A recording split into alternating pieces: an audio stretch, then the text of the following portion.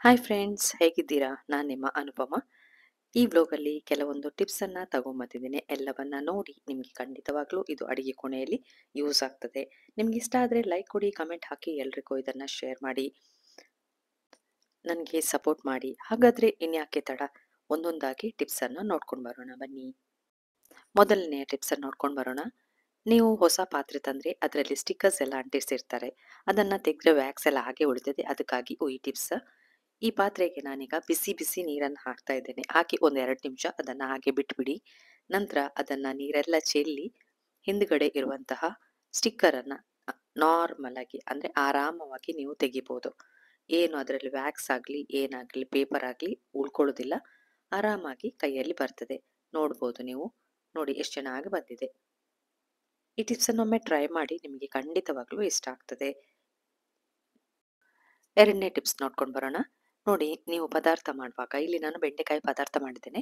ಪದಾರ್ಥದಲ್ಲಿ ಉಪ್ಪು ಜಾಸ್ತಿ ಆದರೆ ಏನು ಮಾಡಬೇಕು ಅಂತ, ಆಲೂಗಡ್ಡೆ ಇದ್ದರೆ ಅದನ್ನು ಚಿಕ್ಕದಾಗಿ ಕಟ್ ಮಾಡಿ ಹಾಕಿ. ನಾನಿಲ್ಲಿ ಉದ್ದುದ್ದಕ್ಕೆ ಕಟ್ ಮಾಡಿ ಹಾಕ್ತಾ ಇದ್ದೇನೆ. ಆಲೂಗಡ್ಡೆ ಹಾಕಿದರೆ ಉಪ್ಪೆಲ್ಲ ಆಲೂಗಡ್ಡೆ ಹೀರ್ಕೊಳ್ತದೆ. ನಿಮ್ಮ ಮಸಾಲ ಅಥವಾ ಕರಿ ಚೆನ್ನಾಗಾಗ್ತದೆ. ಇದನ್ನು ಕೂಡ ಟ್ರೈ ಮಾಡಿ. ಇಷ್ಟ ಆದರೆ ಲೈಕ್ ಕೊಡಿ, ಕಮೆಂಟ್ ಹಾಕಿ, ಎಲ್ರಿಗೂ ಶೇರ್ ಮಾಡಿ. ಇದು ನೋಡಿ ಮೂರನೇ ಟಿಪ್. ಇದನ್ನು ನಾನು ಅಮೆಝಾನಲ್ಲಿ ಬೈ ಮಾಡಿದ್ದೆ. ಒಳ್ಳೆ ಪ್ರಾಡಕ್ಟ್ ಅಂತ ಅನಿಸಿತು, ಅದರಿಂದ ಇದನ್ನು ನಿಮಗೆ ತೋರಿಸ್ತಾ ಇದ್ದೇನೆ. ಮುಚ್ಚಳವನ್ನು ಮಾತ್ರ ಬೈ ಮಾಡಿದೆ ನಾನು, ಎಣ್ಣೆ ಹಾಕುವ ಕ್ಯಾನ್ ಇದು. ಇಲ್ಲಿ ನನಗೊಂದು ಗ್ಲಾಸ್ ಬಾಟಲ್ ಇದೆ, ಅದಕ್ಕಾಗಿ ಹಾಕಲಿಕ್ಕೆ ಒಳ್ಳೆಯದಾಗ್ತದೆ. ನಿಮಗೆ ಕೂಡ ಹಾಕ್ಬೋದು, ಯಾವುದೇ ಬಾಟ್ಲಿಗೂ ಕೂಡ ಇದು ಸೂಟ್ ಆಗ್ತದೆ. ನೋಡಿ, ಇಲ್ಲಿ ಆರಾಮವಾಗಿ ಎಣ್ಣೆಯನ್ನು ಹಾಕಿ ಯೂಸ್ ಮಾಡ್ಕೋಬೋದು. ಎಣ್ಣೆ ಏನು ಲೀಕ್ ಆಗೋದಿಲ್ಲ. ತುಂಬ ಒಳ್ಳೆ ಪ್ರಾಡಕ್ಟ್, ಆದ್ದರಿಂದ ಇದನ್ನು ತೋರಿಸ್ತೇನೆ. ನೀವು ಬೇಕಾದರೆ ಬೈ ಮಾಡ್ಕೊಳ್ಬೋದು ಅಮೆಝಾನಿಂದ. ಇನ್ನು ನೆಕ್ಸ್ಟ್ ಟಿಪ್ ನೋಡ್ಕೊಂಬರೋಣ. ನೋಡಿ, ಇದು ಬಾಳೆದಿಂಡು. ಬಾಳೆದಿಂಡನ್ನು ಕಟ್ ಮಾಡಿ ನೀವು ಹಾಗೆ ಇಟ್ಟರೆ ಕಪ್ಪಾಗ್ತದೆ. ಅದಕ್ಕಾಗಿ ಈ ಟಿಪ್ಸನ್ನು ಹೇಳ್ತಾ ಇದ್ದೇನೆ. ಅದನ್ನು ಚೂರು ಚೂರಾಗಿ ಕಟ್ ಮಾಡಿ ಅದನ್ನು ನೀವು ಮೊಸರಲ್ಲಿ ಹಾಕಿಟ್ರೆ ಎಷ್ಟು ಕಾಲ ಇಟ್ಟರೂ ಅದು ಕಪ್ಪಾಗೋದಿಲ್ಲ. ಅಂದರೆ ಬಾಳೆದಿಂಡು ಕಪ್ಪಾಗೋದಿಲ್ಲ. ಮೊಸರಲ್ಲಿ ಹಾಕಿಡಿ. ಈ ಟಿಪ್ಸನ್ನು ಒಮ್ಮೆ ಟ್ರೈ ಮಾಡಿ ನೋಡಿ, ತುಂಬ ಇಷ್ಟ ಆಗ್ತದೆ. ಈಗ ಕೊನೆಯ ಟಿಪ್ಸ್. ಇದು ನಾನು ಹಾಲು ಕಾಯಿಸಿದ ಪಾತ್ರೆ ಕರಟಿ ಹೋಗಿತ್ತು. ಬೇರೆ ಯಾರಾದ್ರೂ ಆಗಿದ್ರೆ ಇದನ್ನು ಬಿಸಾಡಬೇಕಿತ್ತು. ಈಗ ಅದನ್ನು ಹೇಗೆ ಕ್ಲೀನ್ ಮಾಡೋದು ಅಂತ ತೋರಿಸ್ಕೊಡ್ತಾ ಇದ್ದೇನೆ. ಹೆಚ್ಚು ಶ್ರಮ ಇಲ್ಲದೆ ಇದನ್ನು ಕ್ಲೀನ್ ಮಾಡ್ಕೋಬೋದು. ಹೇಗೆ ಅಂತ ನೋಡ್ಕೊಂಡು ಬರೋಣ ಬನ್ನಿ. ಯಾವ ರೀತಿ ಕಪ್ಪಾಗಿದೆ ನೋಡಿ, ತುಂಬ ಕರಟಿ ಹೋಗಿದೆ. ಮೊದಲಿಗೆ ಅದಕ್ಕೆ ಫುಲ್ ನೀರನ್ನು ಹಾಕೊಳ್ಳಿ. ನೀರು ಹಾಕಿದ ನಂತರ ಅದನ್ನು ಗ್ಯಾಸ್ ಮೇಲಿಟ್ಟು ಫ್ಲೇಮನ್ನು ಆನ್ ಮಾಡಿ. ಆನ್ ಮಾಡಿದ ನಂತರ ಇದಕ್ಕೆ ನಾನೀಗ 2 ಸ್ಪೂನಷ್ಟು ಅಡಿಗೆ ಸೋಡಾವನ್ನು ಹಾಕ್ತಾ ಇದ್ದೇನೆ. ನಂತರ ಇದಕ್ಕೆ ನಾನು ಲಿಕ್ವಿಡ್ ಡಿಶ್ ವಾಷರ್ ಇದೆ ನೋಡಿ, ಅದನ್ನು ಹಾಕ್ತಾ ಇದ್ದೇನೆ. ಅದಿಲ್ಲ ಅಂತ ಹೇಳಿದ್ರೆ ನೀವು ಸರ್ಫನ್ನು ಹಾಕೋಬಹುದು. 1 ಸ್ಪೂನಷ್ಟು ಹಾಕಿ. ಗ್ಯಾಸ್ ಆನಲ್ಲೇ ಇರಲಿ. ಇದು ಒಳ್ಳೆ ಕುದಿ ಬರಬೇಕು.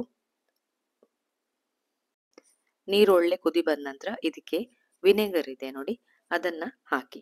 1 ಸ್ಪೂನಷ್ಟು ಸಾಕಾಗ್ತದೆ. 1 ಸ್ಪೂನಷ್ಟು ವಿನೆಗರನ್ನು ಹಾಕಿ ಗ್ಯಾಸನ್ನು ಆಫ್ ಮಾಡ್ಕೊಳ್ಳಿ. ನಂತರ ಅದನ್ನು ಸ್ಪೂನಿಂದ ಎಲ್ಲ ಕಡೆ ಸ್ಪ್ರೆಡ್ ಮಾಡಿ. ಎಲ್ಲೆಲ್ಲಿ ಪಾತ್ರೆ ಕರಟಿ ಹೋಗಿದೆ ನೋಡಿ, ಅಲ್ಲೆಲ್ಲ ಸ್ಪ್ರೆಡ್ ಮಾಡ್ಕೋಬೇಕು. ಒಳಗಡೆ ಕೂಡ ನೀವು ಅದನ್ನು ಕರಟಿ ಹೋದಲ್ಲಿ ಸ್ಪೂನ್ ಹಾಕಿ ತಿಕ್ಕಿದ್ರೆ ಹಾಗೆ ಎದ್ದು ಬರ್ತದೆ. ಇದನ್ನು ನಾನು 1 ದಿನ ಹಾಗೆ ಇಟ್ಟಿದ್ದೆ. ಅಂದರೆ ಏನು ಮುಟ್ಲಿಕ್ಕೆ ಹೋಗಿರಲಿಲ್ಲ. ಅದನ್ನು ಮುಚ್ಚಿಟ್ಟು 1 ದಿನ ರಾತ್ರಿ ಇಡೀ ಅದನ್ನು ಹಾಗೆ ಬಿಟ್ಟಿದ್ದೆ. ನಂತರ ನೋಡ್ಕೊಂಡು ಬರುವ. ಈಗ ಮೇಲೆಲ್ಲ ನಾನು ಉಜ್ತಾ ಇದ್ದೇನೆ. ಎಲ್ಲೆಲ್ಲಿ ಕರಟಿದೆ ನೋಡಿ ಅಲ್ಲೆಲ್ಲ ನೀರನ್ನು ಸ್ಪ್ರೆಡ್ ಮಾಡ್ತಾ ಇದ್ದೇನೆ. ಈಗ 1 ದಿನ ಕಳೆದಿದೆ ನೋಡಿ, ಮೇಲಿದೆಲ್ಲ ಕರಟಿ ಹೋದದ್ದು ಕ್ಲೀನ್ ಆಗಿದೆ ನೀರು ಹಾಕಿ. ಹಾಗೆ ನೀರು ಕೂಡ ಯಾವ ರೀತಿ ಕಪ್ಪಾಗಿದೆ ಅಂತ ನೀವು ನೋಡ್ತಾ ಇದ್ದೀರಾ. ಒಳಗಡೆ ಎಲ್ಲ ಯಾವ ರೀತಿ ಆಗಿದೆ ಅಂತ ಕೂಡ ನಾನು ನಿಮಗೆ ತೋರಿಸ್ತೇನೆ. ಕಷ್ಟ ಇಲ್ಲದೆ ನೀವು ಇದನ್ನು ಕ್ಲೀನ್ ಮಾಡ್ಕೊಳ್ಬೋದು. ನೋಡಿ, ನಾನೇನು ಪ್ರೆಷರ್ ಹಾಕಲಿಲ್ಲ, ಏನು ಹಾಕಲಿಲ್ಲ. ಅಷ್ಟು ಲಿಕ್ವಿಡನ್ನು ಹಾಕಿ ಮುಚ್ಚಿಟ್ಟಿದ್ದೆ. ಈಗ ಅದನ್ನು ಓಪನ್ ಮಾಡಿ ನಿಮಗೆ ತೋರಿಸ್ತಾ ಇದ್ದೇನೆ. ಈಗ ಇದನ್ನು ನೀರನ್ನು ತೆಗೆದು ಇನ್ನೊಂದು ಪಾತ್ರೆಗೆ ಹಾಕಿ ಕೂಡ ತೋರಿಸ್ತೇನೆ, ಯಾವ ರೀತಿ ಪಾತ್ರೆ ಕ್ಲೀನ್ ಆಗಿದೆ ಅಂತ ನೋಡ್ಕೊಂಬರುವ. ನೋಡಿ, ಪಾತ್ರೆಗೆ ಹಾಕ್ತಾ ಇದ್ದೇನೆ. ಪಾತ್ರೆಯಲ್ಲಿದ್ದ ನೀರು ಕಪ್ಪಾಗಿ ಅಲ್ಲಿ ಮುಟ್ಟಿದೆ. ನೋಡಿ ಒಳಗಡೆ ಯಾವ ರೀತಿ ಕ್ಲೀನ್ ಆಗಿದೆ, ಯಾವ ರೀತಿ ಪಾತ್ರೆ ಇತ್ತು ಅಂತ ನೋಡ್ಬೋದು. ಪೀಸ್ ಪೀಸ್ ಎಲ್ಲ ನಿಮಗೆ ಸಿಗ್ತಾ ಇದೆ, ಇಲ್ಲಿ ಕಾಣಿಸ್ತಾ ಇದೆ. ಈ ಟಿಪ್ಸ್ ಅಂತೂ ನಿಮಗೆ ಅಡಿಗೆ ಕೋಣೆಯಲ್ಲಿ ಖಂಡಿತವಾಗ್ಲೂ ಯೂಸ್ ಆಗ್ತದೆ. ಹಾಗಾದರೆ ನಿಮಗೆ ಖಂಡಿತವಾಗ್ಲೂ ಇಷ್ಟ ಕೂಡ ಆಗ್ತದೆ. ಇಷ್ಟ ಆದರೆ ಏನು ಮಾಡಬೇಕು ಗೊತ್ತಿದೆ ತಾನೇ, ಲೈಕ್ ಕೊಡಿ, ಕಮೆಂಟ್ ಹಾಕಿ, ಎಲ್ರಿಗೂ ಇದನ್ನು ಶೇರ್ ಮಾಡಿ. ಈಗ ಈ ಪಾತ್ರೆಯನ್ನು ನಾನು ಸ್ಕ್ರಬ್ಬರ್ ಹಾಕಿ ಕ್ಲೀನ್ ಮಾಡಿ ತರ್ತೇನೆ. ಯಾವ ರೀತಿ ಬಿಳಿ ಆಗ್ತದೆ ಅಂತ ನೋಡ್ಕೊಂಡ್ ಬರೋಣ. ಅಂದ್ರೆ ತುಂಬಾ ಸುಟ್ಟು ಹೋದ ಕಾರಣಕ್ಕೆ ಇಷ್ಟು ಸ್ವಲ್ಪ ಉಳ್ದಿದೆ. ಏನು ಅಂದ್ರೆ ಸ್ವಲ್ಪ ಸ್ವಲ್ಪ ನೀವು ಕತ್ತೋಗಿದ್ರೆ ಅಥವಾ ಸುಟ್ಟೋಗಿದ್ರೆ ಆ ಕೂಡ್ಲೆ ಆ ನೀರಲ್ಲೇ ಕ್ಲೀನ್ ಆಗಿ ಬರ್ತದೆ. ಪಾತ್ರೆಯ ಹೊರಗಡೆ ಕೂಡ ನೋಡಿ ಯಾವ ರೀತಿ ಕಪ್ಪಾಗಿದೆ ಅಂತ. ಇದನ್ನೆಲ್ಲ ಕ್ಲೀನ್ ಮಾಡ್ಕೋಬಹುದು. ನೀವು ನಾರ್ಮಲ್ ಆಗಿ ಪಾತ್ರೆ ಉಜ್ತೀರಿ ನೋಡಿ ಅದೇ ತರ ಉಜ್ಕೊಂಡ್ರೆ ಆಯ್ತು. ಯಾವ್ದಾದ್ರು ಸ್ಕ್ರಬ್ಬರ್ ಅಲ್ಲಿ ಅಥವಾ ಏನಾದ್ರೂ ಯಾವ ರೀತಿ ಉಜ್ತೀರಿ ಆ ತರ ತೊಳ್ಕೊಂಡ್ ಬನ್ನಿ. ನಾನೀಗ ತೊಳ್ದ್ಕೊಂಡು ಬಂದಿದ್ದೇನೆ ನೋಡಿ ಪಾತ್ರೆ ಯಾವ ತರ ಕ್ಲೀನ್ ಆಗಿದೆ. ಎಷ್ಟು ಚೆನ್ನಾಗಾಗಿದೆ ಹೊರಗಡೆ ಕೂಡ. ಒಂದು ಚೂರು ಕಲೆ ಇಲ್ಲ. ಒಳಗಡೆ ಸ್ವಲ್ಪ ಇದೆ. ಅದನ್ನ ಯೂಸ್ ಮಾಡಿ ಮಾಡಿ ಕ್ಲೀನ್ ಆಗ್ತದೆ. ಯಾಕಂದ್ರೆ ಇದು ತುಂಬಾ ಕರಟಿ ಹೋಗಿದೆ. ಆದ್ರಿಂದ ಇಷ್ಟಕ್ಕೆ ಬಂದಿದೆ. ಅದು ತುಂಬಾ ದೊಡ್ಡದು. ಈ ಟಿಪ್ಸ್ ಅನ್ನ ನೀವು ಖಂಡಿತವಾಗ್ಲೂ ಇಷ್ಟಪಡ್ತೀರಾ. ನಿಮ್ಗೆ ಖಂಡಿತವಾಗ್ಲೂ ಯೂಸ್ ಆಗ್ತದೆ. ಇದನ್ನ ಇಷ್ಟ ಆದ್ರೆ ಏನ್ ಮಾಡ್ಬೇಕು ಗೊತ್ತಿದೆ ತಾನೆ? ಸಬ್ಸ್ಕ್ರೈಬ್ ಮಾಡದವರು ಪ್ಲೀಸ್ ಸಬ್ಸ್ಕ್ರೈಬ್ ಮಾಡಿ ನಂಗೆ ಸಪೋರ್ಟ್ ಮಾಡಿ. ಎಲ್ಲ ಟಿಪ್ಸ್ ಅನ್ನು ನೋಡಿದ್ರಲ್ಲ, ನಿಮ್ಗೆ ಯಾವ ಟಿಪ್ಸ್ ಇಷ್ಟ ಆಯ್ತು ಅಂತ ಕಮೆಂಟ್ ಬಾಕ್ಸ್ ಅಲ್ಲಿ ಹಾಕಿ.